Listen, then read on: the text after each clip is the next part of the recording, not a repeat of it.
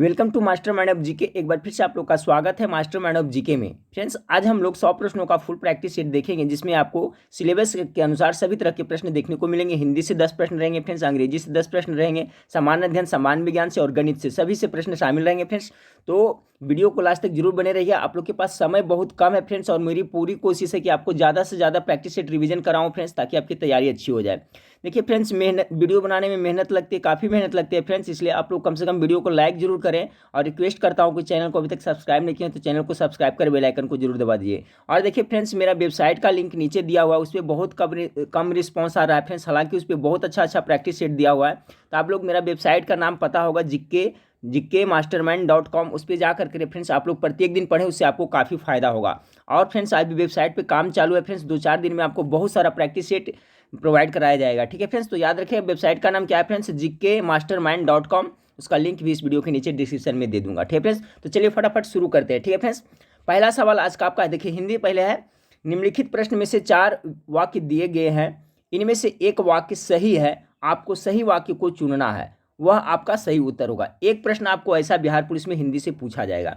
तो सवाल नंबर 1 का जो राइट आंसर होगा फ्रेंड्स, ऑप्शन नंबर ए, अंकुर 7वीं कक्षा में पढ़ता है, ये बिल्कुल सही वाक्य है। बाकी अंकुर 7वें गलत हो जाएगा फ्रेंड्स। अंकुर 7वें में पढ़ता है भी गलत है, अंकुर 7 कक्षा में पढ़ता है सभी गलत है। ऑप्शन नंबर ए सिंपल है प्रश्न है फ्रेंड्स, ऑप्शन नंबर ए इसका राइट आंसर होगा, सिंपल सा प्रश्न था। सवाल नंबर 2 को देखिए फ्रेंड्स, कृति का पर्यायवाची शब्द है। एक सवाल आपको पर्यायवाची से पूछा जाएगा, सिनोनिम से एक सवाल पूछा जाएगा। तो कृति का पर्यायवाची शब्द क्या होगा, गेस करिए सवाल नंबर 2 का। इसका राइट आंसर होगा friends option number B, yes होगा। आप लोग गेस करते चलेगा। ठीक फ्रेंड्स, अब देखिए फ्रेंड्स, कृति का पर्यायवाची शब्द यस हुआ, यस का और इसका मैं 2-3 बता देता हूँ फ्रेंड्स, याद करें। जैसे कृति का पर्यायवाची शब्द यस हुआ, उसके बाद में यस मतलब और क्या होता है, और होता है ख्याति हुआ। ठीक है, ख्याति मतलब भी होता है, कृति का पर्यायवाची शब्द है। प्रतिष्ठा हो गया, शोहरत हो गया, प्रसिद्धि हो गया। ठीक है फ्रेंड्स, ख्याति, प्रतिष्ठा, शोहरत, यश सभी है जो कृति, इसी का पर्यायवाची शब्द है। तो आप याद करते चलिए। देखिए फ्रेंड्स, थोड़ा सा वक्त आपको देना पड़ेगा। ठीक है फ्रेंड्स, ऐसा मतलब कि ऐसा नहीं आए और क्वेश्चन पढ़े आंसर बताते चल गए, तो इससे कोई फायदा नहीं होगा। कॉन्सेप्ट क्लियर करके पढ़े फ्रेंड्स। मेरे चैनल पर पढ़ते हैं तो थोड़ा सा वक्त देना पड़ता है, क्योंकि फ्रेंड्स कुछ पाने के लिए कुछ होना पड़ता है, तो थोड़ा सा वक्त तो आपको देना ही पड़ेगा। तभी हम लोग ने क्या देखा, कृति का पर्यायवाची शब्द यश होता है। और कौन कौन बताए फ्रेंड्स, यश के बाद में ख्याति होता है, इसका प्रतिष्ठा होता है, शोहरत होता है, प्रसिद्धि होता है। अगर कोई कृति बोल रहा है यानी कि ख्याति के बारे में बात कर रहा है, ठीक है, उसको कृति प्राप्त हुई यानी ख्याति की प्राप्ति हुई। ठीक है, चलिए सवाल नंबर 3 को देखिए, कृत्रिम का विलोम शब्द क्या होता है। कृत्रिम का क्या हो गया फ्रेंड्स, आपका आर्टिफिशियल, जो बनाया जाता है, जो मानव बनाता है उसे कृत्रिम कहते हैं। इसका क्या हो जाएगा, नेचुरल, प्राकृतिक, जिसको हम लोग नहीं बनाते हैं। ऑप्शन नंबर सी 3 का बिल्कुल राइट आंसर हो जाएगा। सवाल नंबर 4 को देखिए, सवाल नंबर 4 है, सीमांत का सही संधि विच्छेद क्या होगा। सीमांत का तो क्या होगा, सॉरी, सीमा जोड़ अंत का सही संधि विच्छेद क्या होगा। सॉरी, ये संधि विच्छेद किया हुआ है फ्रेंड्स, इसका मतलब क्या होगा, सवाल नंबर 4 का सीमा जोड़ अंत मतलब इसका संधि बनाइएगा तो क्या होगा।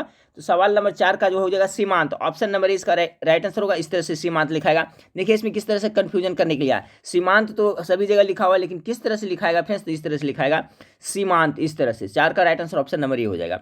सवाल नंबर 5 को देखें, निम्न विकल्पों में से सकर्मक क्रिया का चयन कीजिए। ठीक है फ्रेंड्स, इसका कॉन्सेप्ट मैं आज क्लियर कर देता हूं, ताकि एक प्रश्न इससे 100% पूछा जाएगा आपका बिहार पुलिस में। सकर्मक, इसमें से कौन सा सकर्मक क्रिया है और अकर्मक क्रिया है। तो सवाल नंबर 5 का पहले देखें, निम्न विकल्पों में से सकर्मक क्रिया का चयन कीजिए। तो छाटिए आप लोग, इसका राइट आंसर क्या होगा, लेटना, छूटना, पिघलना या तड़पना। तो तड़पना नहीं, तड़पाना है। ठीक है फ्रेंड्स, तो ऑप्शन नंबर डी इसका करेक्ट आंसर हो जाएगा, तड़पाना। ठीक है, तड़पना रहता तो हो जाता अकर्मक क्रिया, लेकिन तड़पाना है तो क्या हो जाएगा, सकर्मक क्रिया। अब इसका मैं कॉन्सेप्ट आप लोगों को क्लियर कर देता हूं।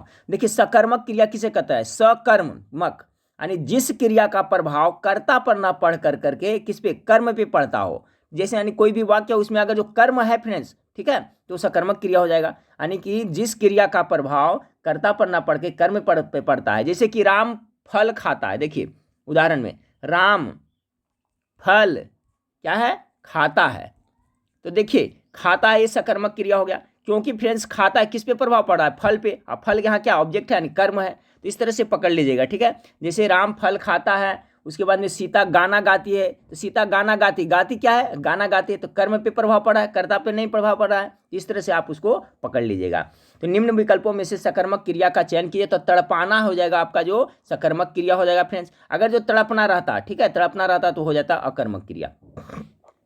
सवाल नंबर 6 को देखें, प्रविशेषण किसे कहते हैं? तो प्रविशेषण जो विशेषण की विशेषता बताता है उसे क्या कहते हैं हम लोग? प्रविशेषण कहते हैं। सवाल नंबर 6 का right answer option number A हो जाएगा। प्रविशेषण किसे कहते हैं? तो जो विशेषण की विशेषता बताता है उसे हम लोग प्रविशेषण कहते हैं। चलिए सवाल नंबर 7 को देखिए, सकर्मक क्रिया वाला वाक्य है। चलिए फ्रेंड्स आप पकड़ लीजिएगा, सकर्मक क्रिया भी मैंने बताया किसमें है। देखिए ऑप्शन नंबर डी ध्यान से देखिए, सतीश ने केले खरीदे। सतीश ने केला खरीदा, क्या खरीदा? केला का खरीदा, ठीक है, इस पर प्रभाव पड़ा है। भाई देखिए, राजू सदा सोता रहता है, इसमें कहाँ कर्म है? नहीं है। कैलाश छत से गिर पड़ा है, नहीं है। हरीश बस पर चढ़ गया, कुछ भी, किसी में कर्म नहीं है। अब देखिए ऑप्शन नंबर डी में, सतीश ने केले खरीदे, केला खरीदा, सतीश ने खरीदा क्या? खेला केला, देखिए इसमें कर्म है, इस पर प्रभाव पड़ा है। तो सवाल नंबर 7 का राइट आंसर क्या हो जाएगा? ऑप्शन नंबर डी हो जाएगा कि आपका ये सकर्मक क्रिया वाला वाक्य कौन सा? ऑप्शन नंबर डी हो जाएगा। सवाल नंबर 8 को देखें, सज्जन में कौन सा उपसर्ग है? देखिए उपसर्ग के बारे में बताया था फ्रेंड्स कि कोई भी शब्द के पहले उपसर्ग लगता है और जो बाद में लगता है फ्रेंड्स उसे क्या कहते हैं? प्रत्यय कहते हैं, ठीक है। सफिक्स और परफिक्स के बारे में बता चुका हूं पहले भी। तो देखिए सज्जन में कौन सा है, देखिए इसको कैसे पकड़ेंगे फिर? सज्जन का पहले संधि विच्छेद करें। सज्जन का संधि विच्छेद भी याद रखिएगा, हो सकता है एग्जाम में पूछ दिया है। तो सत जोड़ क्या होता है? जन होता है। सज्जन का सही संधि विच्छेद सत जन जोड़ जन होता है। तो यही सत उपसर्ग है जो आपका सज्जन में लगा हुआ है। ऑप्शन नंबर सी इसका राइट आंसर हो जाएगा। और देखिए सज्जन, अगर जो आपको सज्जन में पूछेगा कौन सा संधि है, तो देखिए यहाँ पर व्यंजन आ रहा है, व्यंजन संधि का उदाहरण है। सज्जन में कौन सा संधि है? तो व्यंजन संधि है। तो जो जो तीनों बताया तीनों को याद रखिए। सज्जन में सत उपसर्ग लगा हुआ है और सज्जन का सही संधि विच्छेद सत, तो हमें हलंत लगा रहेगा, सत जोड़ जन होता है ये, और व्यंजन संधि का उदाहरण है, ठीक है फ्रेंड्स। इसी तरह से कॉन्सेप्ट क्लियर करके पढ़े फ्रेंड्स, थोड़ा वक्त दे। सवाल नंबर 9 को देखें, निम्नलिखित शब्दों में से कौन सा देशज है? देशज शब्द कौन सा है फ्रेंड्स? फटाफट बताएं और फटाफट बताइएगा, फटाफट ही देशज शब्द है, ठीक है फ्रेंड्स। यानी सवाल नंबर 9 का right answer option number C हो जाएगा। निम्नलिखित में से कौन सा शब्द देशज है? तो फटाफट हो गया। देखिए देशज शब्द आपको देखिए पता चल जाएगा फ्रेंड्स। जैसे में आपका देश, आप देशज शब्द में हो गया फटाफट हो गया, लोटा हो गया, और क्या कहता है? ठेठ नहीं कहता है, ठेठ हिंदी या ठेठ एकदम है, तो ठेठ हो गया। उसके बाद में गड़बड़ हो गया, फटाफट हो गया, ये सब ये जो देशज शब्द के उदाहरण है। सवाल नंबर 9 का right answer option number C हो जाएगा। सवाल नंबर 10 को देखें कि स्वर ध्वनि के प्रकार है। तो स्वर ध्वनि का दीर्घ स्वर भी होता है, ह्रस्व स्वर भी होता है, लुप्त स्वर होता है, यानी ऑप्शन नंबर डी इसका राइट आंसर होगा। सवाल नंबर 10 का right answer option number D हो जाएगा। चलिए हिंदी का 10 प्रश्न हम लोग देख लिए फ्रेंड्स, अब इंग्लिश से देखते हैं, ठीक है। इंग्लिश से देखते हैं। देखिए हु बहु तो क्वेश्चन बहुत कम ही लड़ता है फ्रेंड्स आपका इंग्लिश में भी हो तो, लेकिन आपका पैटर्न पता रहेगा फ्रेंड्स, और आपको डिपेंड करता है आपका बेसिक कितना अच्छा है अंग्रेजी में। अगर बेसिक आपका अच्छा है फ्रेंड्स, आपका वोकेबलरी स्ट्रांग है, तो आप आराम से बना सकते हैं, ठीक है। तो ये सब बातों पे ध्यान दीजिएगा और इससे बहुत कुछ आइडिया मिलेगा। सवाल नंबर 11 को देखिए क्या है। सवाल नंबर 11 आप लोग के सामने है फ्रेंड्स, कह रहा है आपका क्या कि द वर्ड, ठीक है, the word debenture. Debenture means क्या होता है? तो देखिए डिबेंचर मतलब, डिबेंचर के नाम सुनेंगे फ्रेंड्स, ऋण पत्र होता है, ठीक है। डिबेंचर मतलब याद कर ले क्या होता है? ऋण पत्र होता है। तो इसका क्या हो जाएगा सही अर्थ? Loan certificate. लोन सर्टिफिकेट को भी तो ऋण पत्र कहते हैं ना। तो द वर्ड डिबेंचर मीन्स क्या होता है? तो लोन सर्टिफिकेट होता है, ऋण पत्र होता है। याद रखिए डिबेंचर मतलब लोन पत्र होता है। सवाल नंबर 12 को देखें कि द अपोजिट ऑफ रेमिसिस, इसका अपोजिट मीनिंग क्या होगा? विलोम शब्द इसका क्या होगा? अपोजिट। तो देखिए रेमिसिस मतलब क्या होता है फ्रेंड्स? तो इसका मतलब होता है आपका बेपरवाह होता है, नहीं लापरवाह जिसको कह सकते हैं, ठीक है, लापरवाह होता है। तो इसका अपोजिट क्या होगा? केयरफुल हो जाएगा, यानी ऑप्शन नंबर डी इसका राइट आंसर होगा। रेमिसिस का अपोजिट क्या हो जाएगा फ्रेंड्स? तो आपका रेमिसिस मतलब होता है बेपरवाह होता है, तो इसका केयरफुल मतलब क्या होता है कि जो परवाह करता है वो, यानी कि ऑप्शन नंबर डी इसका राइट आंसर होगा। अगला सवाल नंबर 13 को देखें, द वर्ड आइली मीन्स क्या होता है? सवाल नंबर 13, तो आइली मीन्स क्या होता है? आइली मतलब होता है मित्र होता है, ठीक है फ्रेंड्स। आइली मीन्स याद रखिएगा ALLY, आइली मीन्स मित्र होता है। तो इसका क्या हो जाएगा फ्रेंड्स? आपका कॉम्प्लाइस मतलब क्या होता है? कॉम्प्लाइस मतलब साथी होता है। देखिएगा डिक्शनरी में कॉम्प्लाइस मतलब साथी होता है। तो क्या करा? द वर्ड मीन्स आइली, तो आइली मतलब होता है मित्र, यानी कि आपका इसका हो जाएगा option number B. Compliance means क्या होता है? साथी होता है। 13 का right answer option number B हो जाएगा। अब देखिए सवाल नंबर 14 से हूबहू इसी तरह से पैटर्न आपको बिहार पुलिस में रहेगा फ्रेंड्स, ठीक है, जिस तरह से मैं बता रहा हूं। अब देखिए कह रहा है कि डायरेक्शन में सवाल number 14, question number 14 to 15, give one word for the following word sentence. One word of substitute है, यानी अनेक शब्दों का एक शब्द है फ्रेंड्स। ये बहुत ही इंपॉर्टेंट हो सकता है, आपको ये पूछ दिया जाए। सवाल नंबर 14 को देखिए। सवाल नंबर 14 कहता है a man who waste his money for luxury. एक आदमी ऐसा है जो फ्रेंड्स पैसा को बर्बाद करता है, मतलब भौतिकवादी, यानी कि लग्जरी लाइफ बिताता है, उसको क्या कहते हैं? तो उसका एक्स्ट्रा वैगेंट कहते हैं, फिजूल खर्च कहते हैं फ्रेंड्स। ऑप्शन नंबर 20 का करेक्ट आंसर हो जाएगा। अगला ये भी इंपॉर्टेंट है फ्रेंड्स, हो सकता है ये आपको जरूर पूछा जाए। One who knows many language. एक आदमी जो बहुत सारी लैंग्वेज जानते हैं तो उसे क्या कहेंगे, तो उसे बहुभाषी कहेंगे। और बहुभाषी को अंग्रेजी में क्या कहता है, तो पॉलीग्लॉट कहा जाता है। ऑप्शन नंबर डी इसका करेक्ट आंसर होगा। ध्यान से देखिएगा फ्रेंड्स, बहुत इंपॉर्टेंट दोनों, ये दोनों वन वर्ड ऑफ सब्स्टिट्यूट है, बहुत इंपॉर्टेंट है। कर रहा है one who knows many language, एक आदमी जो बहुत सारी भाषाएं जानते हैं, इज कॉल्ड क्या कहेगा, पॉलीग्लॉट कहता है। पॉलीग्लॉट मतलब क्या होता है, बहुभाषी। सवाल नंबर 15 का correct answer option number D हो जाएगा। चलिए सवाल नंबर 16 को देखते हैं फ्रेंड्स, कि choose the correctly spelt word. ठीक है, इसमें स्पेल्ट विलियन किस तरह से लिखाता है, ठीक है, तो विलियन किस तरह से लिखाता है फ्रेंड्स, आप लोग गेस करें। सवाल नंबर 16 का राइट आंसर क्या होगा, तो VILLAIN होता है, ठीक है, VILLAIN। और सवाल नंबर 16 का right answer option number B होगा, विलियन, VILLAIN, विलियन इस तरह से लिखा जाता है ना। ऑप्शन नंबर बी 16 का करेक्ट आंसर हो जाएगा। सवाल नंबर 17 को देखें, what does the phrase a close have means क्या होता है। देखिए अ क्लोज सेव है friends. What does the phrases a close save means क्या होता है, तो क्लोज सेव मतलब होता है बाल बाल बचना। ठीक है फ्रेंड्स, क्या होता है, बाल बाल बचना। ठीक है, कहते हैं ना कि एक्सीडेंट से कोई बाल बाल बच गया, मरते मरते कोई बाल बाल बच गया, तो अक्लोज से मतलब होता है बाल बाल बचना। और इसका क्या हो जाएगा फ्रेंड्स, तो सवाल नंबर 17 का जो राइट आंसर हो जाएगा option number D, a narrow escape. A narrow escape मतलब सेम मीनिंग होता है बाल बाल बचना। देखिएगा कहीं पर सेंटेंस में आपको मिल जाएगा। क्लोज सेम मतलब होता है बाल बाल बचना, और नैरो स्केप मतलब भी होता है क्या, बाल बाल बचना। तो सवाल नंबर 17 का राइट आंसर हो जाएगा ऑप्शन नंबर डी। चलिए फ्रेंड्स, आप देखिए डायरेक्शन कितना 18 से 19 में क्या दिया है। कह रहा है फ्रेंड्स कि choose the correct word to fill in the blank, यानी कि खाली स्थान में करेक्ट क्या भराएगा वो पूछा जा रहा है। तो सवाल नंबर 18 को देखें। सवाल नंबर 18 आपका है कि द न्यूज खाली स्थान, द न्यूज बाई हिम, तो क्या होगा, the news was brought by him. ठीक है फ्रेंड्स, द न्यूज वाज, देखिए न्यूज है जो हमेशा सिंगुलर लेता है, जैसे न्यूज में एस लगा हुआ है लेकिन ये हमेशा सिंगुलर वर्ब लेता है, ये ध्यान रखिएगा। न्यूज है जो हमेशा सिंगुलर वर्ब लेता है, इकोनॉमिक्स में एस लगा रहता है वो भी सिंगुलर वर्ब लेता है। ठीक है फ्रेंड्स, ये सब बातों पे ध्यान दीजिएगा। तो द न्यूज है तो यहाँ पर ना कि आर हो जाएगा या वर हो जाएगा या हैव हो जाएगा, क्योंकि न्यूज ऑलरेडी सिंगुलर वर्ब लेता है, तो वाज ब्राउट हो जाएगा। ठीक है, इससे पकड़िए। तो सवाल नंबर 18 का right answer option number D हो जाएगा, द न्यूज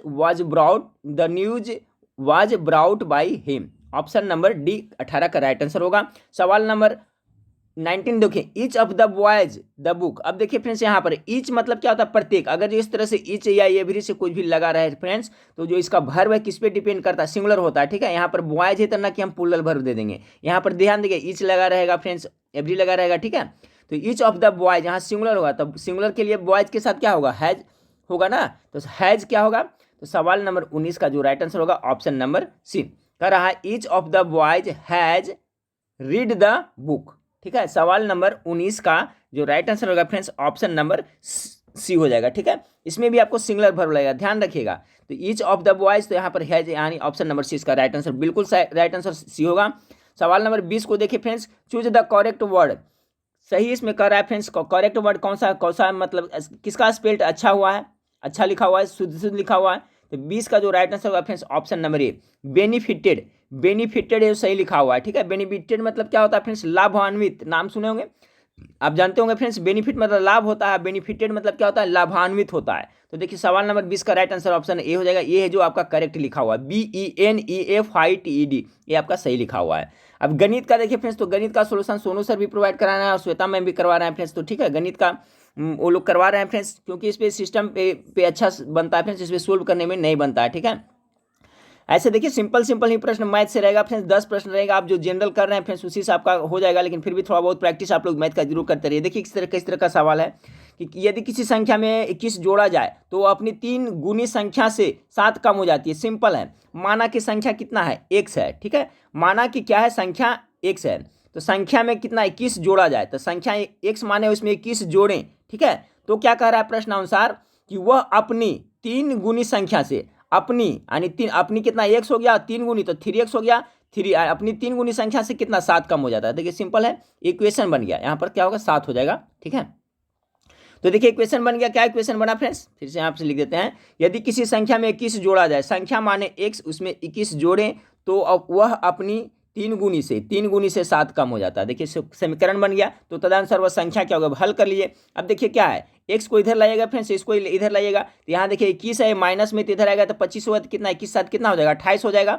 और एक्स इधर जाएगा फ्रेंड्स तो घटेगा, तो इस तरह से हो जाएगा 3x माइनस एक्स हो जाएगा इक्वल टू कितना हो जाएगा 21 प्लस 7 हो जाएगा, यही हो जाएगा ना। तो सॉरी हाँ, तो यहाँ कितना हो गया 2x हो गया, 2x बराबर कितना हो गया 21 7 28 हो गया, 28 हो गया। तो x का मान कितना आया 14, ठीक है। तो 14 इसका राइट आंसर हो जाएगा, ऑप्शन नंबर ए। ठीक है फ्रेंड्स, तो मैथ का सोल्यूशन वो लोग करवा रहे हैं फ्रेंड्स, क्योंकि इसमें अगर मैं करता हूँ तो फिर आपका जीके जीएस है सब इस पर डिस्टर्ब हो जाएगा फ्रेंड्स, क्योंकि इसके बाद वेबसाइट पे काम करना है और फिर आप लोग को प्रोवाइड करना है। और एक बात फ्रेंड्स, मैं जो टेलीग्राम ग्रुप है फ्रेंड्स उसमें मैं दे दिया हूँ, ठीक है। एक पीडीएफ पहले दिया था टिक करके फ्रेंड्स, और एक पीडीएफ अभी कुछ देर पहले मैं वहाँ पर डाल दिया हूँ टेलीग्राम ग्रुप में। तो जो टेलीग्राम ग्रुप नहीं ज्वाइन किया उसको ज्वाइन करके वो पीडीएफ को लिया है, सारा पीडीएफ मैं आप लोग को धीरे धीरे प्रोवाइड करा दूंगा फ्रेंड्स, ठीक है। एग्जाम में टाइम है, अभी यूट्यूब से पढ़ते रहें, और बाकी बीच बीच में मैं आपको पीडीएफ प्रोवाइड कराता रहूँगा। आप जो पीडीएफ मैं कह रहा हूँ सभी प्रोवाइड करा दूंगा। तो टेलीग्राम ग्रुप जो नहीं ज्वाइन किया ज्वाइन कर लिया फ्रेंड्स। टेलीग्राम का नाम आपका सभी को पता है, जीके मास्टरमाइंड है, ठीक है। मेरा वेबसाइट का नाम भी gkmastermind.com है, चैनल का नाम मास्टरमाइंड ऑफ जीके है, और आपका सो टेलीग्राम ग्रुप का नाम है जो क्या फ्रेंड्स, तो जीके मास्टरमाइंड नाम है, ठीक है। तो उसे आप लोग वहां जाकर करके देख लीजिएगा। तो मैं अभी टिक कर करके दे दिया हूँ फ्रेंड्स। तो चलिए मैथ का छोड़ देते हैं फ्रेंड्स, चलिए सवाल नंबर अब सामाजिक अध्ययन से देख लेते हैं। सामाजिक अध्ययन देख ले। देखिए सामाजिक अध्ययन से क्या क्या है प्रश्न, इसमें इतिहास भूगोल एवं नागरिक शास्त्र से प्रश्न को लिया गया है। अब चलिए ध्यानपूर्वक देखते चलिएगा। सवाल नंबर कितना 36 से देखते हैं। सवाल नंबर 36 है, प्रसिद्ध सूफी सलीम चिश्ती रहते थे। देखिए सब सलीम चिश्ती के बाद पूछा जा रहा है, ठीक है फ्रेंड्स, ना कि आपका मोहिउद्दीन चिश्ती। तो मोहिउद्दीन चिश्ती के बारे में सबको आप लोग जानते होंगे अजमेर में, लेकिन कह रहा है प्रसिद्ध सूफी सलीम चिश्ती रहते थे। तो आपको सूफी सलीम चिश्ती कहाँ रहते थे फ्रेंड्स, 36 का जो राइट आंसर होगा option number C, Fatehpur Sikri में। बहुत अच्छा सवाल है, प्रसिद्ध सूफी सलीम चिश्ती रहते थे फतेहपुर सिकरी में। चलिए सवाल नंबर 37 को देखिए, वास्को डिगामा कहाँ का रहने वाला था। वास्को डिगामा आपका कहाँ का रहने वाला था फ्रेंड्स, फटाफट गेस करें, सिंपल सा है। तो 37 का क्या हो जाएगा, ए पुर्तगाल का, ठीक है। और वास्को डिगामा भारत कब आया था फ्रेंड्स, तो 1498 में आया था ना। वास्को डिगामा भारत कब आया था, तो 1498 ईस्वी में आया था। और कहाँ पहुंचा था, कालीकट पहुंचा था। और कालीकट पहुंचा था फ्रेंड्स, तो उस समय वो वहाँ किस राजा से मिला था, तो राजा जमोरिन का नाम आप लोगों को याद होगा, राजा जमोरिन से ये वार्ता किया था। तो ये सब कॉन्सेप्ट क्लियर रखें। तो आपका जो वास्को डिगामा जो कहाँ का रहने वाला था, तो पुर्तगाल का था। वो भारत आया था 1498 ईस्वी में, कालीकट पहुंचा था, कालीकट में जमोरिन राजा से मिला था। अगला सवाल को लेते हैं, सवाल नंबर 38, किस राजपूत वंश ने अकबर के सामने समर्पण नहीं किया था। बहुत अच्छा सवाल है फ्रेंड्स 38 नंबर सवाल का। तो जो सिसोदिया वंश, ठीक है, सिसोदिया वंश था, वो अकबर के सामने कभी समर्पण नहीं किया था। सवाल नंबर 38 का option number A is correct answer, यानी सिसोदिया वंश। सवाल नंबर 39 को देखें, मोहनजोदड़ो को किस एक अन्य नाम से भी जाना जाता है। तो सभी को पता होना चाहिए मोहनजोदड़ो को क्या कहते हैं, मृतकों का क्या कहते हैं, टीला कहते हैं। मोहनजोदड़ो को क्या कहते हैं, मृतकों का टीला कहते हैं ना। ऑप्शन नंबर डी 39 का राइट आंसर हो जाएगा। चलिए सवाल नंबर 40 को देखते हैं। सवाल नंबर 40 आपका फ्रेंड्स कि निम्नलिखित में से किसने वॉयस ऑफ इंडिया नामक समाचार पत्र प्रारंभ किया था। बहुत अच्छा सवाल है फ्रेंड्स, गेस करें फटाफट सवाल नंबर 40 का राइट आंसर क्या होगा। तो कह रहा है निम्नलिखित में से किसने वॉयस ऑफ इंडिया नामक समाचार पत्र प्रारंभ किया था। तो सवाल नंबर जो 40 है इसका राइट आंसर होगा फ्रेंड्स आपका ऑप्शन नंबर डी बी, दादा भाई नौरोजी ने शुरू किया था। किसने, दादा भाई नौरोजी ने। चलिए 40 का बी हो गया फ्रेंड्स। चलिए सवाल नंबर 41 को देखते हैं। 41 नंबर सवाल है, भारत के स्वतंत्रता संग्राम के संदर्भ में निम्न घटनाओं पर विचार कीजिए, ठीक है, और फिर इसको कलाक्रम अनुसार सजाइए। इस टाइप का क्वेश्चन अभी देखिए प्रचलन में आ गया फ्रेंड्स, कि दे देगा आपका 2-4 घटना दे देगा फ्रेंड्स, और उसको कलाक्रम में सजाने करेगा। इससे आपका माइंड टेस्ट करता है क्या आप सभी के बारे में जानते हैं या नहीं। तो चलिए फ्रेंड्स इसका मैं लिख देता हूँ, आप सजा लीजिएगा। 41 नंबर सवाल का इसे right answer option number A होगा। अब कब हुआ था फ्रेंड्स, ये भी देख लीजिए। तो मेरठ षड्यंत्र कब हुआ था फ्रेंड्स, तो आपको 1929 से, ठीक है, 1929 से लेकर के 33 तक होगा था मेरठ षड्यंत्र, यानी 1929 पकड़ के चलिए। तो पहला में ये हो जाएगा कलानुक्रम के अनुसार। तो पहला 1929 हो गया, ठीक है फ्रेंड्स। मेरठ षड्यंत्र हो गया तो आपका कितना 1929 में हो गया। उसके बाद में गांधी इरविन समझौता, तो गांधी इरविन समझौता कब हुआ था, तो 1931 में हुआ था। देखिए 29 के बाद 31 हो गया। उसके बाद मैकडोनाल्ड का सांप्रदायिक पुरस्कार। तो देखिए मैकडोनाल्ड का सांप्रदायिक पुरस्कार जो ये ब्रिटिश प्रधानमंत्री थे रेमजे मैकडोनाल्ड, वो कब किए थे फ्रेंड्स, तो इसका जो किए थे 1932 में किए थे। कब किए थे, 32 में ये पुरस्कार दिए थे, ठीक है। मैकडोनाल्ड का सांप्रदायिक पुरस्कार 1932 में। तो देखिए मेरठ षड्यंत्र याद रखिए फ्रेंड्स, 1929 से 33 तक हुआ था। गांधी इरविन समझौता कब हुआ था? तो 1931 में हुआ था। मैकडोनाल्ड का सांप्रदायिक प्रश्न 1932 में। सही आंसर 41 का right answer option number A हो जाएगा। यही है कलानुक्रम के अनुसार आपका यही हो जाएगा। चलिए सवाल नंबर 42 को देखते हैं कि निम्नलिखित में से कौन इंडिगो विद्रोह से संबंध नहीं है। देखिए इंडिगो विद्रोह में कंफ्यूज नहीं होना फ्रेंड्स, ठीक है। इंडिगो विद्रोह यानी कि नील विद्रोह के बारे में कहा जा रहा है, ठीक है। इंडिगो विद्रोह नील विद्रोह को ही कहा जाता है, पहले इसका कॉन्सेप्ट आप लोग क्लियर रखें। तो निम्नलिखित में से कौन इंडिगो विद्रोह से संबंध नहीं है ये कहा जा रहा है फ्रेंड्स। तो चलिए इसका क्या होगा राइट आंसर, फटाफट गेस करें। इंडिगो विद्रोह से संबंधित नहीं है। सवाल नंबर 42 का क्या है जो राइट आंसर क्या होगा, फटाफट गेस करिए। तो देखिए इंडिगो यानी नील विद्रोह से आपका दीनबंधु मित्र तो थे फ्रेंड्स, क्योंकि इनका नील दर्पण है जो इसमें नील विद्रोह में बहुत बड़ी भूमिका निभाई थी, ठीक है। नील दर्पण के लेखक कौन है? दीनबंधु मित्र ये भी थे। हरिश्चंद्र मुखर्जी भी थे और दिगंबर विश्वास ये भी थे। यानी ऑप्शन नंबर केशव चंद्र सेन है जो नील विद्रोह इंडिगो विद्रोह से संबंधित नहीं थे, ठीक है, याद रखिएगा। और इंडिगो विद्रोह जो हुआ था कब फ्रेंड्स, या नील विद्रोह कब हुआ था? तो 1800 याद रखिएगा 59 ईस्वी में, 1859 ईस्वी में बंगाल के नादिया जिले स्थित गोविंदपुर से, ठीक है, गोविंदपुर में जो बगान मालिक था उसके विरुद्ध यह नील विद्रोह हुआ था, क्योंकि वो लोग फ्रेंड्स इनसे नील की खेती करवाते थे। तो ये लोग जो किसान लोग थे वो क्या इससे इनकार कर दिए थे, इसीलिए विद्रोह किए थे।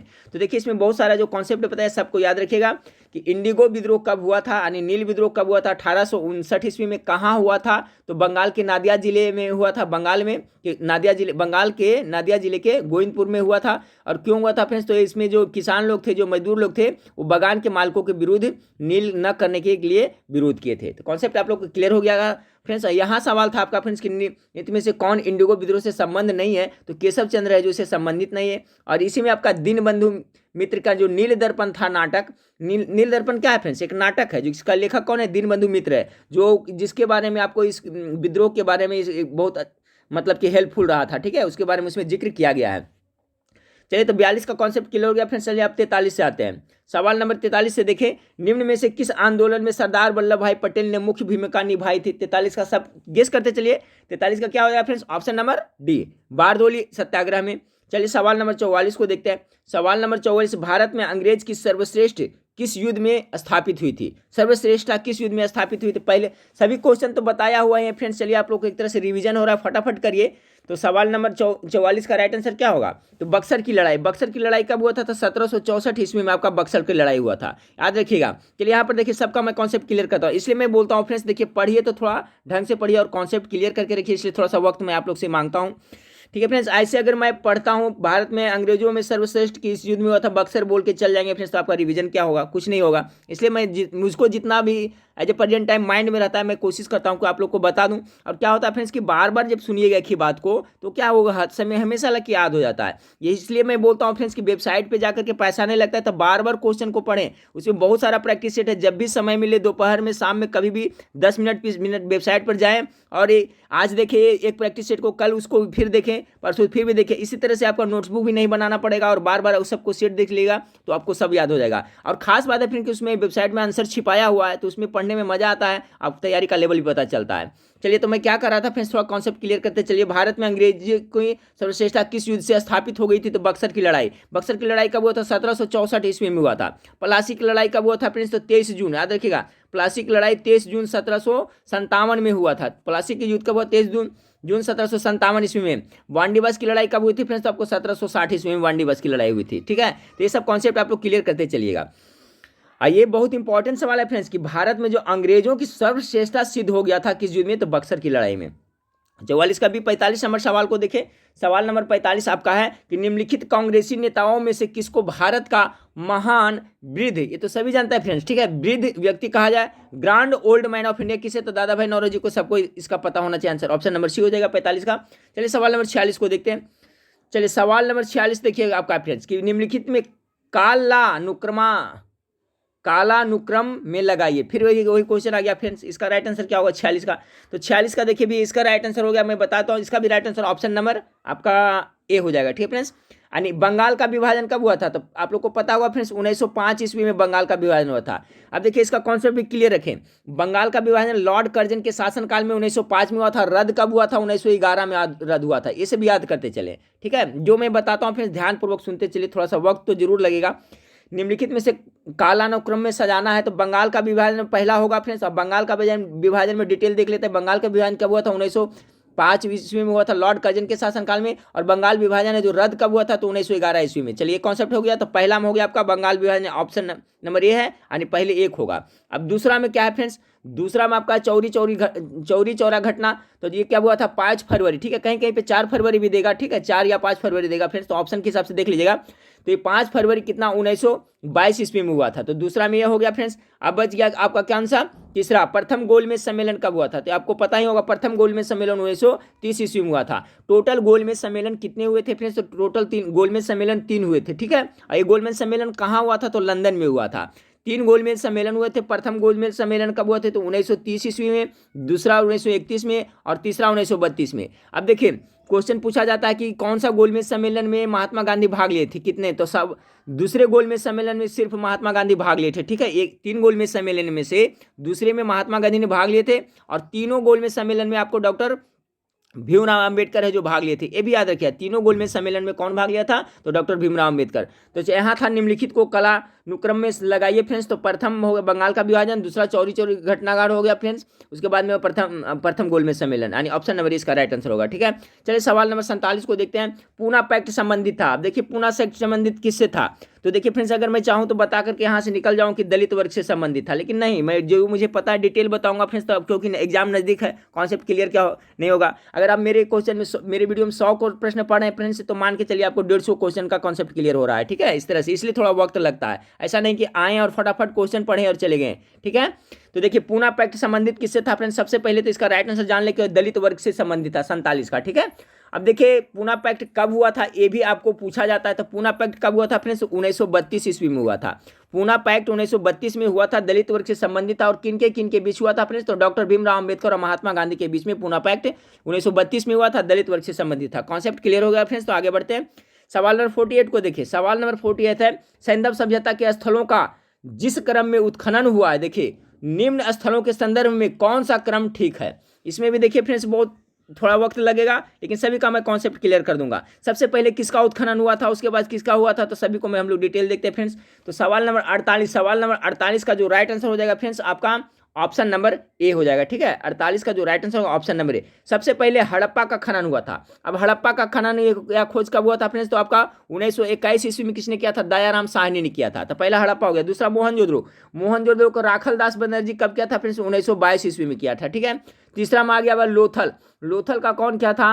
लोथल का रंगनाथ राव, ठीक है। लोथल का रंगनाथ राव किया था फ्रेंड्स, कब किया था? 1954 ईस्वी में किया था। रंगनाथ राव, लोथल का खनन किसने करवाया था, खोज किसने किया था? तो रंगनाथ राव किया था क्या फ्रेंड्स? 1954 में। अब बच गया फ्रेंड्स किसका? कालीबंगा। तो कालीबंगा का खोज कहीं खनन के बारे में करा ना, तो कालीबंगा का खोज किसने किया था फ्रेंड्स? तो मेरे ख्याल से आप लोग को पता होगा, कालीबंगा का खोज किया था अमलानंद घोष ने किया था, ठीक है। कालीबंगा का खोज अमलानंद घोष ने किया था, लेकिन खनन इसमें कब हुआ था फ्रेंड्स? तो इसका खनन वाला कार्य हुआ था आपका 1961-62 में, ठीक है। तो कलाक्रम से मैं बता दिया फ्रेंड्स, आपको कॉन्सेप्ट क्लियर। एक बार फिर से मैं रिपीट करूंगा। हड़प्पा सभ्यता पहले 1921 ईस्वी में दयाराम साहनी, मोहनजोदड़ो 1922 ईस्वी में राखलदास बनर्जी, लोथल का हो गया था फ्रेंड्स आपका रंगनाथ राव 1954 में। और फ्रेंड्स कालीबंगा का खनन कब हुआ था? तो 1961 और 62 में हुआ था। लेकिन इसका खोज देखिए, कालीबंगा का खोज अमलानंद घोष किया था। ये खोज हो गया था कितना फ्रेंड्स? 1952 में। देखिएगा कहीं पर लिखा होगा 1952 में हो गया था, लेकिन खनन के बारे में कह रहा है ना, तो उत्खनन मुख्य रूप से आपका 1961-62 में हुआ था। तो इसके कलाक्रम में सजाइएगा तो ऑप्शन नंबर ए इसका बिल्कुल राइट आंसर होगा। चलिए सवाल नंबर 49 को देखते हैं। निम्नलिखित में से कौन अंतिम मुगल सम्राट था? सिंपल सा प्रश्न है फ्रेंड्स, और करीब करीब तो सभी एग्जाम में प्रश्न पूछ ही दिया जाता है। तो बहादुर शाह कौन था? द्वितीय ना, यानी ऑप्शन नंबर सी इसका राइट आंसर हो जाएगा। सवाल नंबर 49 का राइट आंसर ऑप्शन नंबर क्या हो जाएगा फ्रेंड्स? आपका सी हो जाएगा, ठीक है, 49 का सी। चलिए सवाल नंबर 50 को देखते हैं। सवाल नंबर 50 है, मध्यकाल में सर्वप्रथम भारत में व्यापार संबंध स्थापित करने वाले थे। देखिए मध्यकाल में पूछा जा रहा है, तो मध्यकाल में सर्वप्रथम भारत से व्यापार कौन किया था फ्रेंड्स? आपका पुर्तगाली किया था ना, ऑप्शन नंबर डी इसका करेक्ट आंसर होगा। सवाल नंबर 51 को देखिए। ग्रेनाइट और नाइस चट्टानों में किस प्रकार की मिट्टी का निर्माण होता है? ग्रेनाइट और नाइस चट्टानों से, ठीक है। तो ग्रेनाइट और नाइस चट्टानों से आपका लाल मिट्टी का निर्माण होता है। ऑप्शन नंबर ए इसका बिल्कुल राइट आंसर हो जाएगा। सवाल नंबर 51 का जो राइट आंसर होगा फ्रेंड्स ऑप्शन नंबर ए हो जाएगा। ग्रेनाइट और नाइस बहुत इंपॉर्टेंट सवाल है, ये सब सवाल आपको जरूर याद रखिएगा, ठीक है फ्रेंड्स, कि ग्रेनाइट और नाइस चट्टानों में किस प्रकार की मिट्टी का निर्माण होता है, तो लाल मिट्टी का निर्माण होता है। भारत में सबसे ज्यादा मिट्टी कौन सा पाया जाता है, कल का लाइव क्लास में मैंने पूछा था, आप लोग सही बताए थे। भारत में जो सबसे ज्यादा मिट्टी पाया जाता है वो जलोढ़ मिट्टी पाया जाता है। जलोढ़ मिट्टी दो प्रकार के होते हैं फ्रेंड्स, एक बार पुनः मैं रिपीट करूंगा, एक खादर मिट्टी होता है, एक बांगर मिट्टी होती है। तो पुराने जलोढ़ को क्या कहते हैं फ्रेंड्स, बांगर मिट्टी कहते हैं, और नए नवीन जलोढ़ को आपको खादर मिट्टी कहते हैं। काली मिट्टी सबसे ज्यादा महाराष्ट्र में पाई जाती है, ठीक है, काली मिट्टी सबसे ज्यादा महाराष्ट्र में पाई जाती है और आपका कपास की खेती के लिए उपयुक्त होती है, ठीक है फ्रेंड्स। काली मिट्टी का निर्माण किससे होता है, तो जो आपका ज्वालामुखी जो होता है फ्रेंड्स, तो ज्वालामुखी से जो लावा निकलता है फ्रेंड्स, उसको अपक्षय होने से काली मिट्टी का निर्माण होता है। चलिए अगला सवाल को देते हैं।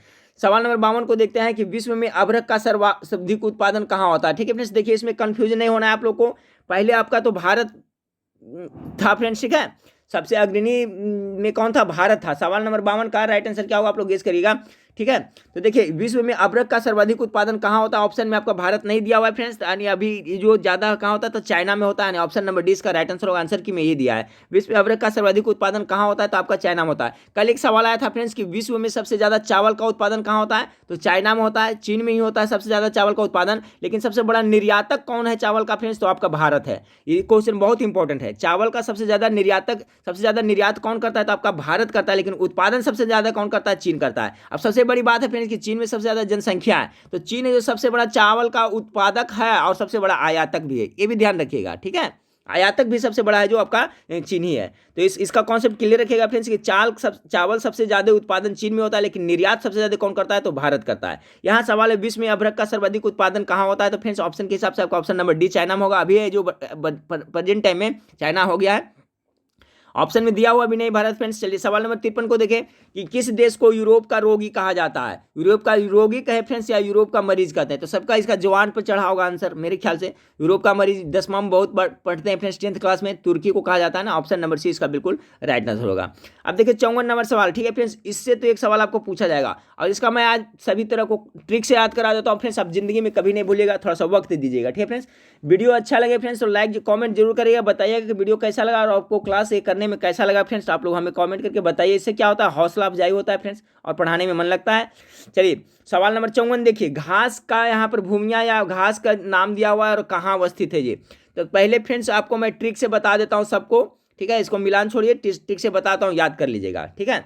पंपास, ट्रिक क्या याद रखना है आप लोग गेस करिए, पंपास है जो कहाँ है, तो अर्जेंटीना, याद रखिए। अब देखिए इसको ट्रिक से कैसे याद रखते हैं, अर्जेंटीना नामक एक लड़की है, ठीक है, अर्जेंटीना नामक एक लड़की, कुछ भी मान ले, थोड़ा फनी हो सकता है।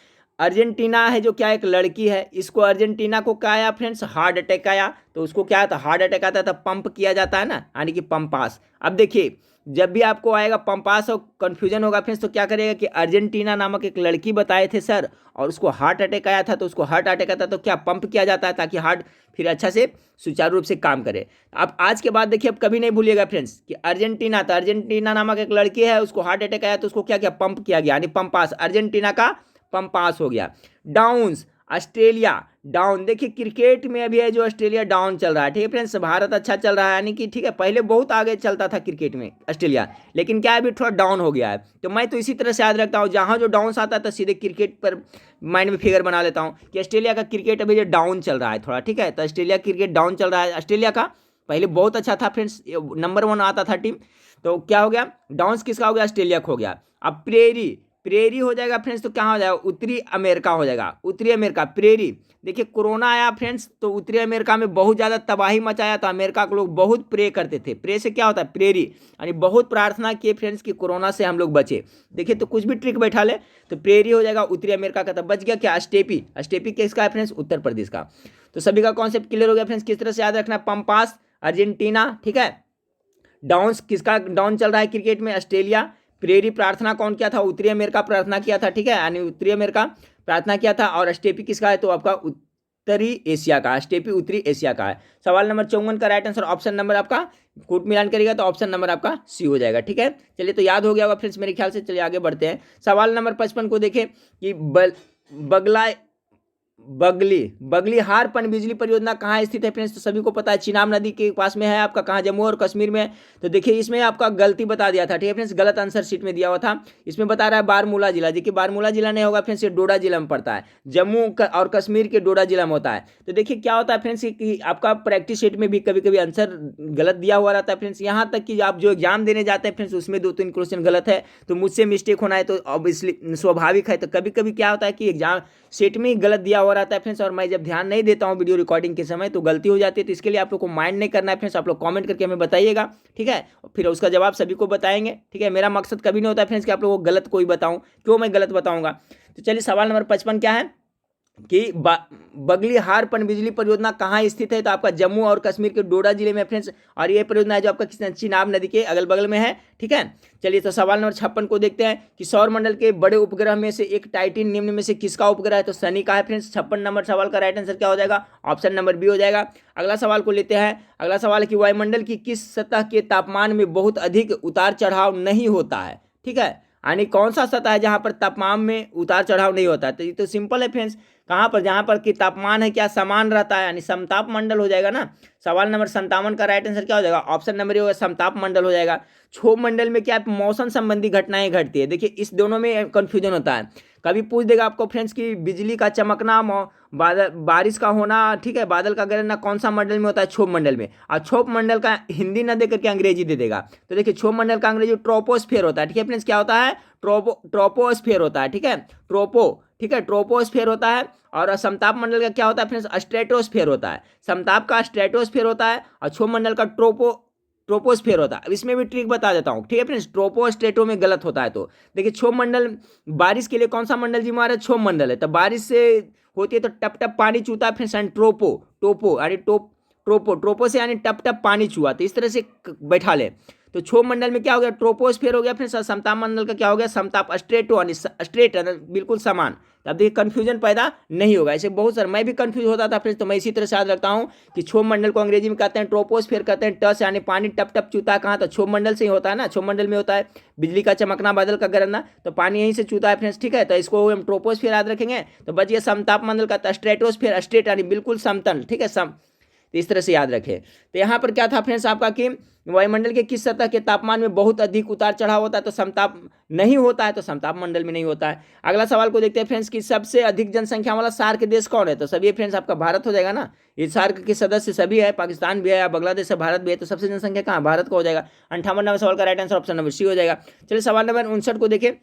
वायु का निम्नतम तापक्रम कब अंकित किया जा सकता है? तो क्या सूर्योदय के ठीक पूर्व में ही किया जा सकता है ना। 59 का right answer option number A हो जाएगा। सवाल नंबर 60 को देखिए। जापान का मैनचेस्टर, देखिए पूछा हुआ सवाल है, हाल ही फिलहाल में आपका जो एग्जाम हुआ था फ्रेंड्स, आपका फॉरेस्ट गार्ड था या कौन था फ्रेंड्स, उसमें आया था। जापान का मैनचेस्टर किसे कहा जाता है? तो ओसाका कहा जाता है। ऑप्शन नंबर 20 का राइट आंसर हो जाएगा। देखिए ये सवाल तो बहुत पुराना है फ्रेंड्स। 12 मीटर पठन में अचानक गिरावट हो जाने से निम्नलिखित में से कौन से एक मौसम दशा इंगित करता है? तो सडनली एकाएक गिर जाता है, नहीं तूफान आने वाला है, तूफानी मौसम आने वाला है। 61 का राइट आंसर क्या हो जाएगा फ्रेंड्स? ऑप्शन नंबर ए हो जाएगा, तूफानी मौसम। अगला सवाल को लेते हैं 62 नंबर सवाल की। संघ शासित प्रदेश दादर और नगर हवेली भारत में निम्न में से किन राज्यों के बीच स्थित है? तो 62 का राइट आंसर क्या हो जाएगा फ्रेंड्स? ऑप्शन नंबर 62 का गेस करें, ऑप्शन नंबर डी हो जाएगा, गुजरात व महाराष्ट्र हो जाएगा, ठीक है, गुजरात और महाराष्ट्र के बीच में स्थित है। सवाल नंबर 63 को देखें। सवाल नंबर 63 है विलुप्तप्राय जीव की सूची किस पुस्तक से संबंधित है? ठीक है, किस सूची से संबंधित है इसका बताएं फ्रेंड्स। राइट आंसर क्या होगा? सवाल नंबर 63 विलुप्तप्राय जीवों की सूची किस पुस्तक से संबंधित है? तो रेड बुक से संबंधित है ना फ्रेंड्स, सभी को पता होना चाहिए। 63 का राइट आंसर हो जाएगा option number D, red book. चलिए अगला सवाल है। विश्व में यूरेनियम का महत्वपूर्ण उत्पादक कौन कौन है? बहुत अच्छा सवाल है फ्रेंड्स, गेस करें। विश्व में यूरेनियम का महत्वपूर्ण उत्पादक कौन कौन है? इसका जो राइट आंसर होगा friends option number C, Kazakhstan होता है। देखिए यूरेनियम उत्पादन की मात्रा में 3 देश है जो बहुत अग्रणी है फ्रेंड्स। पहला काजाकिस्तान हो गया, दूसरा कनाडा हो गया, और तीसरा में क्या होता है फ्रेंड्स आपका ऑस्ट्रेलिया हो गया, ठीक है। यानी कि आपका कजाकिस्तान, कनाडा और ऑस्ट्रेलिया, ये तीनों मिलकर के ही टोटल यूरेनियम उत्पादन का 70% उत्पादन कर देता है, ठीक है फ्रेंड्स। तो आपका देखिए अगर पूछे कि विश्व यूरेनियम में महत्वपूर्ण उत्पादक सबसे अग्रणी देश कौन सा है, तो कजाकिस्तान होगा, उसके बाद कनाडा हो गया, उसके बाद ऑस्ट्रेलिया हो गया। यही तीनों में यूरेनियम का उत्पादन होता है। तो 64 में ही सवाल में पूछा जा रहा था विश्व में यूरेनियम का महत्वपूर्ण उत्पादक कौन है, तो कजाकिस्तान एवं कनाडा है। और चांदी कहाँ सबसे ज्यादा होता है फ्रेंड्स, इसका तो मैं ट्रिक बताया था ना। चांदी में किसको होता है, ठीक है, चांदी मैं किसको दूं, सेंटेंस बना ले, चांदी मैं किसके दूं, यानी चांदी का सबसे बड़ा उत्पादक देश मैं किसको है, चांदी मैं किसको दूं, याद रखिएगा फ्रेंड्स, चांदी मैं किसको दूं, तो आपको हमेशा याद रहेगा। सवाल नंबर 65 को देखिए। सवाल नंबर 65 आपका है कि निम्नलिखित में से कौन सा एक वर्षा जल की क्रिया से बनता है। 65 नंबर सवाल, 65 नंबर सवाल का राइट आंसर क्या होगा, बहुत अच्छा। निम्नलिखित में से कौन सा एक वर्ष जल की क्रिया से बनता है, सवाल नंबर सी इसका राइट आंसर होगा। अब नालिका, देखिए फ्रेंड्स, अब नालिका क्या होता है, जब तेज मूसलाधार बारिश होती है फ्रेंड्स, तो देखिए जो पानी बहता है तो उससे क्या है कि एक स्रोत जैसा, नली जैसा, नलिका जैसा, नल जैसा बन जाता है, ठीक है, अपर्दन से, ठीक है, जल के अपर्दन से। तो ये कह रहा है कि एक वर्षा जल की क्रिया से बनता है जब तेज पानी पड़ता है। देखिए कहीं पे फ्रेंड्स, तो ढालू स्थान पर क्या है, जब पानी जाते रहती है तो वहां पर देखिए गड्ढा जैसा एक नल जैसा बन जाता है, तो वही अब नलिका है। तो ऑप्शन नंबर सी इसका राइट आंसर हो जाएगा। सवाल नंबर 66 को देखें। संविधान सभा के प्रारूप समिति में सदस्यों की संख्या कितनी थी, तो देखिए इसमें संविधान सभा के प्रारूप समिति में सदस्यों की संख्या पूछा जा रहा है फ्रेंड्स, तो कितना हो जाएगा इसका, आपका टोटल कितना हो जाएगा, 7 हो जाएगा ना। टोटल कितने थे, तो 7 थे। ऑप्शन नंबर इसका आपका, इसके अध्यक्ष कौन थे फ्रेंड्स, तो आपको पता होगा, आपको डॉक्टर भीमराव अम्बेडकर बनाए गए थे प्रारूप समिति के, जब संविधान निर्माण हो रहा था फ्रेंड्स। तो संविधान सभा के प्रारूप समिति के अध्यक्ष किसको चुना गया था फ्रेंड्स, आपको डॉक्टर भीमराव अम्बेडकर के। तो इसमें टोटल सदस्य कितने थे, तो 7 सदस्य थे, बहुत इंपॉर्टेंट है, याद रखिएगा, टोटल 7 सदस्य थे। चलिए सवाल नंबर 67 को देखते हैं कि भारत के राष्ट्रगीत वंदे मातरम के रचयिता कौन है, तो ऑप्शन नंबर डी इसका राइट आंसर होगा फ्रेंड्स। चलिए वंदे मातरम, भारत का राष्ट्रीय गीत वंदे मातरम, इसको कितना सेकंड में गाया जाता है फ्रेंड्स, तो 65 सेकंड में गाया जाता है, याद रखिएगा, यानी 1 मिनट 5 सेकेंड में आपका राष्ट्रीय गीत वंदे मातरम गाया जाता है। जबकि भारत का राष्ट्रीय गान है फ्रेंड्स, आपका राष्ट्रीय गान कौन हो गया, जन गण मन, इसको 52 सेकेंड में गाया जाता है। तो राष्ट्रीय गान को 52 सेकेंड में गाते हैं और राष्ट्रीय गीत को 65 सेकेंड में गाते हैं, 1 मिनट 5 सेकेंड में गाते हैं। ये भी जरूर आप लोग कॉन्सेप्ट क्लियर रखें। अगला सवाल को देखिए 68 नंबर, राज्य के नीति निर्देशक तत्वों में क्या शामिल है जो मूल अधिकारों में नहीं है, तो चलिए कौन सा इसका होगा फ्रेंड, 68 का नंबर सवाल का जो राइट आंसर होगा फ्रेंड्स, ऑप्शन नंबर डी हो जाएगा। कुटीर उद्योग को प्रोत्साहन है जो राज्य के नीति निर्देशक तत्वों में शामिल नहीं है। और ये नीति निर्देशक तत्व कहाँ से लिया गया है फ्रेंड्स, आयरलैंड के संविधान से। जब भारत का संविधान बना था फ्रेंड्स, तो विदेशी स्रोत को बहुत अपनाया गया है। तो पूछा जाता है सवाल का आपका नीति निर्देशक तत्व किस देश के संविधान से लिया गया है, तो आपका आयरलैंड के संविधान से लिया गया है। यहाँ सवाल था राज्य के नीति निर्देशक तत्व में क्या शामिल है जो मूल अधिकारों में नहीं है, तो ऑप्शन नंबर डी इसका राइट आंसर होगा। अगला सवाल को लेते हैं कि कार्यकाल पूरा होने से पहले भारत के राष्ट्रपति को उनके पद से कौन हटा सकता है। सिंपल सा है फ्रेंड्स, कौन हटा सकता है, तो संसद द्वारा महाभियोग लगाकर हटाया जा सकता है। अब देखिए फ्रेंड्स, यहाँ पर मैं इसी पे तक चल जाता तो अच्छा नहीं लगता, इसका कॉन्सेप्ट भी क्लियर रखें। तो कह रहा है कार्यकाल पूर्ण होने से पहले भारत के राष्ट्रपति को उन पर पद से हटाया जा सकता है फ्रेंड्स, तो संसद द्वारा महाभियोग लगाकर। और कौन सा अनुच्छेद के तहत में है फ्रेंड्स, अनुच्छेद कितना, 61, अनुच्छेद 61 में यह वर्णन है, ठीक है, 61 के अनुसार संसद द्वारा महाभियोग लगाकर राष्ट्रपति को हटाया जा सकता है। यानी अनुच्छेद 61 किससे संबंधित है फ्रेंड्स, यही आपका महाभियोग से संबंधित है, याद रखिएगा। 69 का सवाल नंबर 70 को देखते हैं फ्रेंड। सवाल नंबर 70 आपका है कि उच्च न्यायालय के न्यायाधीश किस आयु तक अपना पद धारण कर सकते हैं। उच्च न्यायालय कर रहा है फ्रेंड्स, तो 62 वर्ष, ऑप्शन नंबर सी इसका राइट आंसर होगा। हाई कोर्ट के कर रहा है ना, तो 62 हो जाएगा। सुप्रीम कोर्ट का रहेगा फ्रेंड्स, तो आप लोग को पता है कितना 65 होता है, लेकिन हाई कोर्ट का कितना 62 होता है। अगला सवाल को देखते हैं 71 नंबर सवाल को। 71 नंबर सवाल आपका है उच्च न्यायालय के क्षेत्राधिकार को घटाने या बढ़ाने का अधिकार किसे है। देखिए जैसे ही फ्रेंड्स आपका घटाने बढ़ाने का संशोधन के बारी आ जाएगा, तो चाहे कहाँ चल जाना है, आपको संसद में चल जाना है, ठीक है। कह रहा है उच्च न्यायालय के क्षेत्राधिकार को घटाने या बढ़ाने का अधिकार किसको है, तो संसद को। ऑप्शन नंबर 20 को बिल्कुल राइट आंसर है, क्योंकि फ्रेंड्स संसद है जो बहुत पावरफुल होता है। संसद के कितने अंग होते हैं, तो 3 अंग होते हैं फ्रेंड्स, ठीक है। राष्ट्रपति, लोकसभा और राज्यसभा होता है, ठीक है। संसद के कितने अंग होते हैं, 3 अंग होते हैं, याद रखिएगा। चलिए सवाल नंबर 72 को देखते हैं कि लोकसभा के अध्यक्ष को कौन चुनता है। तो लोकसभा के अध्यक्ष चुनना रहेगा तो कौन चुनेगा, लोकसभा के सदस्य चुनेगा। 72 नंबर सवाल का राइट आंसर क्या होगा, ऑप्शन नंबर बी होगा, लोकसभा के सदस्य चुनता है। सवाल नंबर 73 को देखिए फ्रेंड्स, भारत का नियंत्रक तथा महालेखा परीक्षक क्या करता है। सवाल नंबर 73, भारत का नियंत्रक तथा महालेखा परीक्षक क्या करता है। 73 नंबर सवाल का राइट आंसर होगा friends, option number C, Bharat सरकार तथा राज्य सरकारों के हिसाब की जांच करता है। देखिए भारत का नियंत्रक महालेखा परीक्षक जो क्या करता है, भारत सरकार तथा राज्य सरकार के हिसाब का जांच करता है। चलिए सवाल नंबर 74 को देखें कि निदेशक सिद्धांतों का लक्ष्य क्या है। निदेशक साधन यानी नीति निदेशक सिद्धांतों का लक्ष्य क्या है फ्रेंड्स? तो 74 नंबर सवाल का हो जाएगा क्या? ऑप्शन नंबर बी, समाजवादी एवं कल्याणकारी राज्य की स्थापना। देखिए एक क्वेश्चन बहुत ज्यादा इंपॉर्टेंट है, ऐसा तो हमेशा पूछा जाता है और हो सकता है 4 शिफ्ट में जो एग्जाम हो रहा है फ्रेंड्स, 14 को 2 शिफ्ट में और 21 को उसमें से एक सवाल पूछ दिया है। नीति निदेशक सिद्धांत का लक्ष्य क्या होता है? तो समाजवादी एवं कल्याणकारी राज्य की स्थापना करना। ऑप्शन नंबर बी 74 का बिल्कुल राइट आंसर होगा। सवाल नंबर 75 को देखें, भारत में संघ व्यवस्था क्या? देखिए सवाल अधूरा लग रहा है फ्रेंड्स, इसका क्लियर नहीं है। भारत में संघ व्यवस्था, इसका आंसर की मैं आंसर दे रहा है आपका 75 का दे रहा है, बी दे रहा है फ्रेंड्स, राज्यों के पारस्परिक समझौते का परिणाम नहीं है। ठीक है, लेकिन लग रहा है फ्रेंड्स थोड़ा सा अटपटा, पूरा क्लियर नहीं किया। भारत में संघ व्यवस्था क्या? तो देखिए भारत में संघ व्यवस्था राज्यों के पारस्परिक समझौते का परिणाम नहीं है। फिर इधर दिया है राज्यों के पारस्परिक समझौता का परिणाम है, तो ये आपका राइट आंसर यही दे रहा है। ठीक है, भारत में संघ व्यवस्था है जो राज्यों के पारस्परिक समझौते का परिणाम नहीं है। ठीक है, लग रहा है ठीक ही है, भारत में संघ व्यवस्था है जो क्या है, राज्यों के पारस्परिक समझौते का परिणाम नहीं है। तो राइट आंसर इसमें ऑप्शन नंबर बी दे रहा है। चलिए सवाल नंबर 76 को देखिए फ्रेंड्स की समवर्ती सूची में कितने विषय हैं? ठीक है फ्रेंड्स, तो देखिए पहले जब संविधान बना था फ्रेंड्स उस समय कितने था? तो इसमें तो 47 विषय था, अभी बढ़ करके कितना हो गया फ्रेंड्स? तो आप लोग हमें कमेंट करके बताइएगा। देखियो किनको पता है समवर्ती सूची में अभी वर्तमान में विषयों की संख्या कितनी है? पहले तो 47 था, तो इसके हिसाब से आंसर आपका सी हो जाएगा, लेकिन वर्तमान में कितना हमें कॉमेंट करके बताइएगा। 76 नंबर सवाल का right answer option number C होगा। इस ऑप्शन के हिसाब से समवर्ती सूची में कितना? तो 47 विषय थे, लेकिन अभी कितना है फ्रेंड्स? कुछ बढ़ा है, हमने कमेंट करके बताइएगा। सवाल नंबर 77 को देखते हैं, संविधान का कौन सा भाग राजभाषा से संबंधित है? बहुत अच्छा सवाल है फ्रेंड्स, तो राजभाषा से आपका भाग 17 संबंधित है, option number C correct answer होगा। सवाल नंबर 78 को देखिए, सवाल नंबर 78 आपका है कि निम्नलिखित में से कौन सी इकाई को राज्य का दर्जा प्राप्त नहीं है? तो दिल्ली केंद्र शासित है फ्रेंड्स, बाकी मणिपुर आपका, उत्तर प्रदेश और मिजोरम सभी जो क्या है एक राज्य है। तो सवाल नंबर आपका जो 78 इसका right answer option number B होगा। कौन सी इकाई को राज्य का दर्जा प्राप्त नहीं है? तो दिल्ली का। 79 को देखिए फ्रेंड्स कि भारत में वह कौन सा राज्य है जिसका पृथक संविधान है? तो अब तो पहले था ना फ्रेंड्स, अब तो ये खत्म हो गया, जम्मू कश्मीर का था। ठीक है, पृथक संविधान था आपका, धारा 370 चलता था। ठीक है, तो इस पुराना क्वेश्चन है फ्रेंड्स, इसके हिसाब से ऑप्शन नंबर सी है। चलिए सवाल नंबर 80 को देखते हैं। सवाल नंबर 80 है फ्रेंड्स, किसका अनुसरण करते हुए भारत का संविधान राज्यों का संघ शब्दावली का प्रयोग करता है? कौन सा देश का अनुसरण करता है फ्रेंड्स राज्यों का संघ? तो सोवियत संघ रूस हो जाएगा। ठीक है, ऑप्शन नंबर 80, सवाल नंबर 80 का जो राइट आंसर होगा फ्रेंड्स ऑप्शन नंबर सी। अच्छा सवाल है, किसका अनुसरण करते हुए भारत का संविधान राज्यों का संघ शब्दावली का प्रयोग करता है? तो सोवियत संघ रूस का। अब देखिए समान अध्ययन से देख ले फ्रेंड्स, अब चलिए समान विज्ञान से आपको 20 प्रश्न को देख लेते हैं। चलिए समान विज्ञान, कैंडेला मात्रक है, फटाफट देखते चले, गेस करते चले फ्रेंड्स, कैंडेला किसका मात्रक है? तो आपका ज्योति क्या, ज्योति फ्लक्स या ज्योति तीव्रता? चलिए कंफ्यूज नहीं होना है। 81 नंबर सवाल का right answer option number D होगा।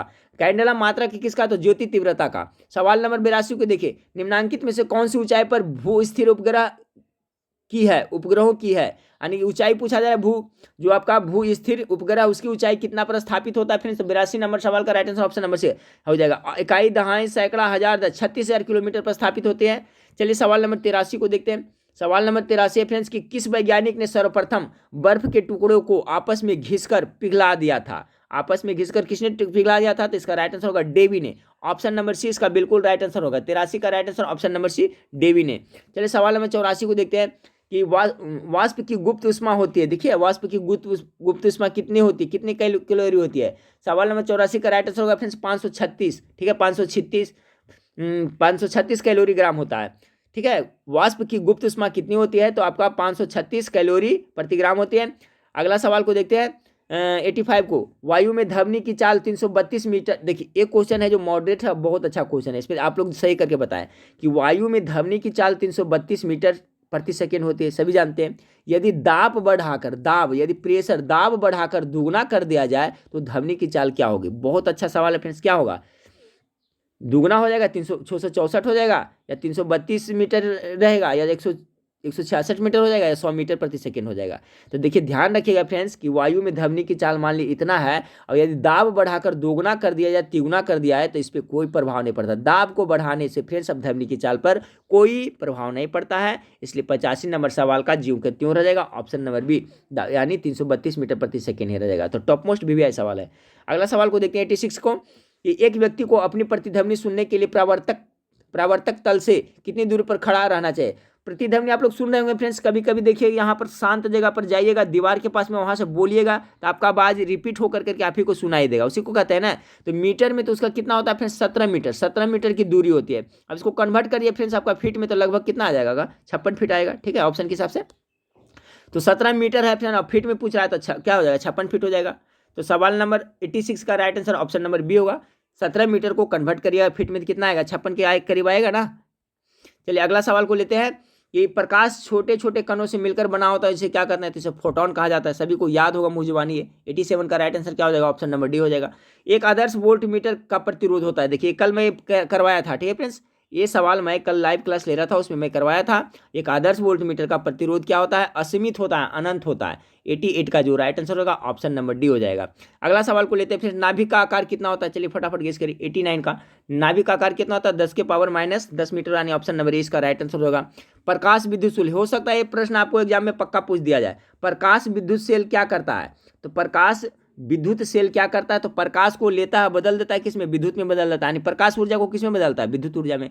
90 नंबर सवाल का right answer option number B होगा। देखिए प्रकाश विद्युत सेल कर रहा है, तब इसी में आंसर छुपा हुआ है। देखिए फ्रेंड्स आपको थोड़ा सा कॉमन सेंस लगाना है, प्रकाश विद्युत सेल क्या करता है, तब प्रकाश ऊर्जा को किसमें बदलता है, विद्युत में बदलता है। देखिए ऑप्शन नंबर बी है, प्रकाश ऊर्जा को विद्युत ऊर्जा में बदल देता है, तो इसी में तो आंसर है। अगला सवाल को लेते हैं फ्रेंड्स कि न्यूट्रॉन तथा प्रोटॉन की संख्या के योगफल को क्या कहता है, सभी को पता है फ्रेंड्स, द्रव्यमान संख्या बराबर क्या होता है, n+p होता है ना, n+p होता है न्यूट्रॉन की संख्या पर प्रोटॉन संख्या होता है। 91 का राइट आंसर क्या हो जाएगा, ऑप्शन नंबर सी द्रव्यमान संख्या। देखिए अब आपका एक कोई मान लिया कि परमाणु है फ्रेंड्स, इसमें नाभिक में कौन कौन रहता है, p+n रहता है ना, इलेक्ट्रॉन है जो क्या चारों ओर चक्कर लगाते रहता है, तो आपका द्रव्यमान संख्या बराबर होता है p+, यानी प्रोटॉन की संख्या जो न्यूट्रॉन की संख्या। 92 को देखिए फ्रेंड्स कि निम्नलिखित में से कौन एक यौगिक है, 92 का इनमें से कौन सा ये कोई यौगिक है, तो वायु तो मिश्रण है फ्रेंड्स, आपका पारा है जो यौगिक नहीं है, वो जो नहीं, अमोनिया देखिए इसमें निश्चित अनुपात में रहता है मिला हुआ, ठीक है। 92 का right answer option number D हुआ।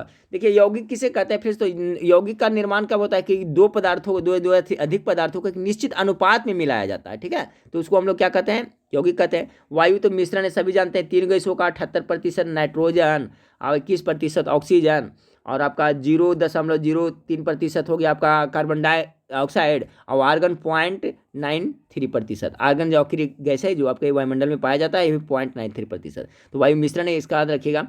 तो कौन यौगिक है फिर, अमोनिया हो गया। चलिए 93 को देखते हैं। 93 नंबर सवाल है कि सम न्यूट्रॉनिक होते हैं, जिसमें बहुत अच्छा हो सकता है पूछ दिया जाए 93 का। तो सम न्यूट्रॉनिक उसे कहते हैं जिसका परमाणु क्रमांक तथा परमाणु भार भिन्न भिन्न होता है किंतु न्यूट्रॉन की संख्या समान होता है। तो 93 का जो राइट आंसर हो जाएगा फ्रेंड्स आपका ऑप्शन नंबर डी। इसी से पल जाता है, देखिए सम न्यूट्रॉनिक, तो न्यूट्रॉनिक यानी जिसमें न्यूट्रॉन समान होता है, तो परमाणु क्रमांक और परमाणु द्वारा भिन्न रहेगा और न्यूट्रॉन की संख्या समान रहेगा, तो सम न्यूट्रॉनिक हो जाएगा, ठीक है। सवाल नंबर 94 को देखें कि नीले लिटमस पत्र को लाल कर देता है। इसका तो मैं ट्रिक बताया था फ्रेंड्स, आपको जिंदगी में नहीं भूल सकते हैं, 2 ट्रिक बताया है, उससे आपको 2 प्रश्न को फायदा होने वाला है, ठीक है। अब देखिए नीले लिटमस को, इसको हम कुछ नहीं जानते फ्रेंड्स, हम सीधे रखते हैं, अनिल याद रखते हैं, ठीक है, क्या याद रखते हैं, अनिल हम याद रखते हैं। आ से क्या लेते हैं, अम्ल लेते हैं। न से क्या लिखते हैं, नीले लिखते हैं। नीले को लिटमस को क्या कर देता है, लाल कर देता है। तो देखिए नीले लिटमस को लाल कौन कर देता है, अम्ल कर देता है। उलट करके पूछा है, आप इस तरह से पूछेगा फ्रेंड्स कि कौन है जो आपको नीले लिटमस को लाल कर देता है, तो अम्ल है जो कर देता है, या तो अम्ल है जो नीले लिटमस को कैसा कर देता है, यही पूछता है क्वेश्चन।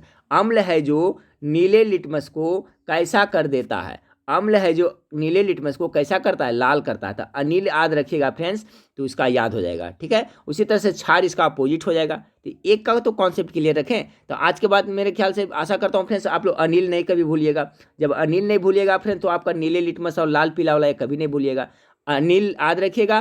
तो एक बार फिर से देखिए, अनिल में क्या होता है, अनिल में अ से अम्ल होता है और न से होता है नीले लिटमस पत्र को, और ल से क्या कर देता है, लाल कर देता है। जिस तरह से मैंने बताया था फ्रेंड्स, आपको अका अक बताया था, अका अक बताया था कि आपका जो चार बौद्ध संगीति हुआ था किसके शासनकाल में, तो अ से अजातशत्रु बताया था, का से कालाशोक बताया था, फिर अ से अशोक बताया था और क से कनिष्क बताया था। पहला हुआ था आपका राजगिरी में, दूसरा हुआ था आपका वैशाली में, तीसरा पाटलिपुत्र में और चौथा आपका कश्मीर के कुंडलवन में। तो कुछ है फ्रेंड्स आपका ट्रिकली, उसको ट्रिकली याद रखिएगा तो आपको अच्छा देगा, ठीक है फ्रेंड्स। मुझे अच्छा लगा तो मैं बता दिया फ्रेंड्स, आप ये आपको अच्छा लगता है या नहीं फ्रेंड्स, आप लोग हमें कॉमेंट करके बताइएगा।